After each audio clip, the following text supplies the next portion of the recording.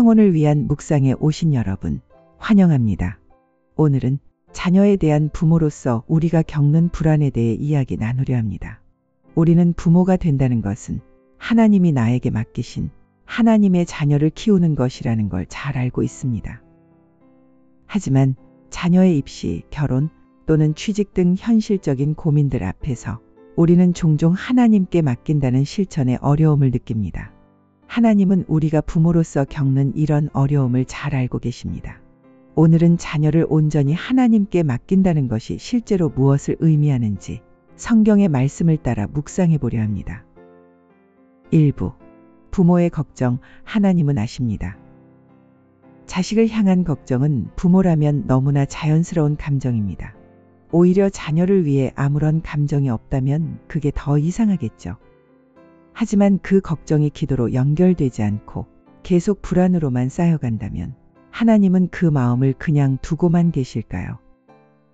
베드로전서 5장 7절에서 이렇게 말씀하십니다. 너희 염려를 다 주께 맡겨버리라. 이는 저가 너희를 권고하심이니라. 이 말씀은 단순히 걱정하지 말라는 위로가 아닙니다. 염려를 맡기라는 것은 내가 붙들고 있던 통제권을 하나님께 넘기는 믿음의 행동입니다. 자녀는 내가 낳았지만 그 생명은 하나님의 것입니다. 그분은 자녀의 창조자이시고 주인이십니다. 시편 139장 13절에서 하나님은 이렇게 말씀하십니다. 주께서 내 장부를 지으시며 나의 모태에서 나를 조직하셨나이다. 이 말씀은 하나님이 자녀의 존재 전체를 처음부터 세심히 지으셨다는 뜻입니다. 내 자녀의 성격, 약점, 장점, 미래까지도 하나님은 이미 알고 계십니다. 즉 부모인 우리가 다 파악하지 못하는 자녀의 내면까지 하나님은 이미 깊이 아시고 다루실 수 있는 분이라는 뜻입니다. 그러므로 부모가 이해하지 못하는 부분도 하나님은 정확히 아십니다. 내가 할 수 없는 자리에서 하나님의 도우심이 시작됩니다.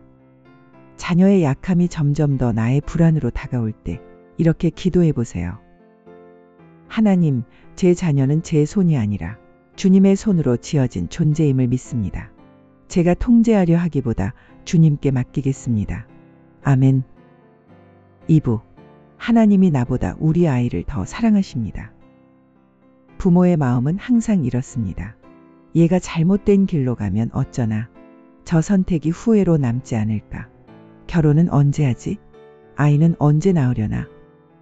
이 모든 걱정의 밑바닥에는 하나의 진심이 담겨 있습니다.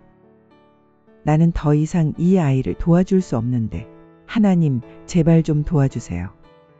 이런 부모의 마음에 이사야 49장 15절은 이렇게 응답합니다. 여인이 어찌 그 젖먹는 자식을 잊겠으며 자기 태에서 난 아들을 긍휼히 여기지 않겠느냐. 그들은 혹시 잊을지라도 나는 너를 잊지 아니할 것이라. 하나님의 사랑은 육신의 부모보다 더 깊고 영원한 사랑으로 당신의 자녀를 붙들고 계십니다. 그리고 하나님의 이 마음은 절대 변하지 않습니다. 그분은 우리가 부모로서 느끼는 두려움과 무기력함까지 아시고 그 마음을 믿음으로 바꾸도록 도우시는 분입니다. 하나님, 제가 보지 못하는 순간에도 제 자녀를 지키시는 주님을 신뢰합니다. 아멘. 우리의 이런 기도에 누가복음 11장 13절은 이렇게 이야기합니다. 너희가 악할지라도 좋은 것을 자식에게 줄 알거든. 하물며 너희 천부께서 직께서 구하는 자에게 성령을 주시지 않겠느냐 하시니라.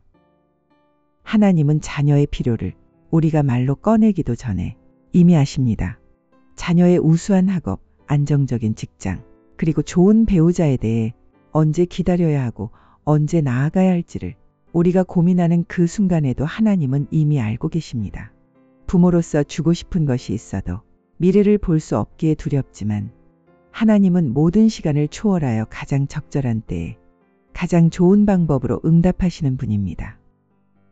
주님, 제 자녀가 필요로 하는 것, 제가 미처 모르는 그 모든 부분까지 가장 좋은 것으로 채워주실 줄 믿습니다. 아멘. 3부. 자녀의 삶은 하나님의 타이밍으로 움직입니다. 부모로서 가장 마음이 아플 때는 남들보다 우리 아이만 뒤처지는 것 같을 때입니다. 이럴 때 마음 깊은 곳에서 비교, 걱정, 후회, 원망이 한꺼번에 올라오곤 합니다. 전도서 3장 11절은 이런 우리의 마음에 이렇게 이야기합니다. 하나님이 모든 것을 지으시되 때를 따라 아름답게 하셨고 또 사람에게 영혼을 사모하는 마음을 주셨느니라. 그러나 하나님의 하시는 일의 시종을 사람으로 측량할 수 없게 하셨도다. 하나님은 시간의 주인이시며 자녀의 인생에서도 서두르지 않으시고 늦지도 않으십니다. 하나님은 딱 맞는 때를 준비하고 계십니다. 지금은 기회가 멀어 보이고 기도의 응답이 없는 것처럼 느껴질 수 있지만 그분의 시간표는 눈물로 견딘 오늘을 반드시 의미 있게 하십니다. 그때가 되면 지금의 기다림조차 하나님의 사랑이었다는 걸 깨닫게 하실 것입니다. 하나님의 시계는 늦는 법이 없는 줄로 믿습니다. 저의 자녀의 인생에 정확하게 일하시는 분임을 오늘도 믿습니다. 아멘. 우리의 기도에 하박국 2장 3절은 응답하십니다. 이묵시는 정한 때가 있나니 비록 더딜지라도 기다리라. 지체되지 않고 반드시 응하리라. 하나님의 계획은 지연되는 것처럼 보여도 결코 실패하거나 잊히지 않습니다. 지금 눈앞의 자녀 모습이 염려스럽고 기도의 열매가 보이지 않아 마음이 약해질 때 하나님은 보이지 않는 곳에서 자녀를 다듬고 계십니다. 부모의 기다림의 기도는 결코 헛되지 않습니다. 부모가 기다림의 기도를 멈추지 않을 때 하나님은 그 시간 속에 자녀를 준비시키고 계십니다. 하나님은 그 기도를 통해 자녀의 길을 정결하게 하시고 정확한 때에 반드시 응답하십니다.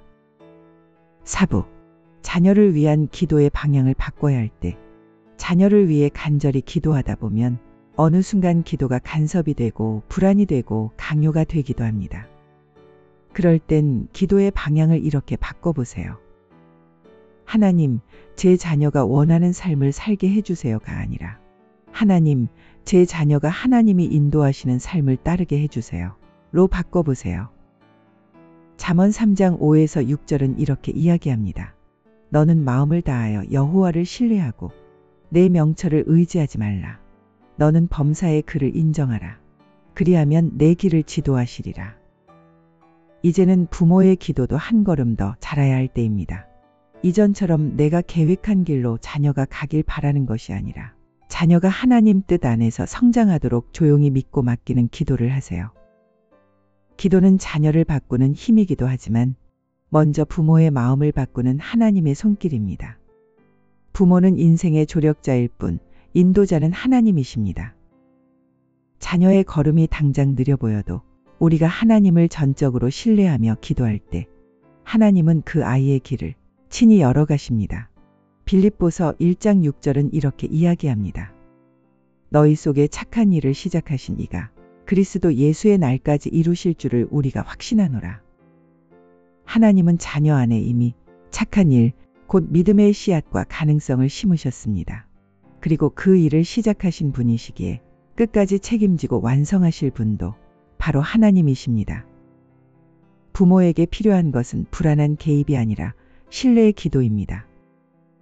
하나님의 손이 지금도 자녀의 삶을 붙들고 있음을 믿고 그 손을 놓지 않고 기도로 동행하는 것, 그것이 우리가 해야 할 가장 큰 사랑입니다. 평온을 위한 묵상, 기도로 오늘의 시간을 마치겠습니다. 하나님, 제 자녀를 향한 걱정이 저를 지치게 했습니다. 기도도 하지만 여전히 두렵고 무언가를 더 해줘야 할 것만 같았습니다. 하지만 오늘 말씀을 통해 깨달았습니다. 하나님은 저보다 먼저 그리고 더 깊이 우리들의 자녀를 사랑하신다는 것을요. 오늘 제 모든 욕심을 내려놓고 제 자녀의 인생을 하나님께 맡깁니다. 불안보다 신뢰를 선택하게 하시고 그 길에서 하나님의 평안을 경험하게 하소서. 예수님의 이름으로 기도드립니다. 아멘.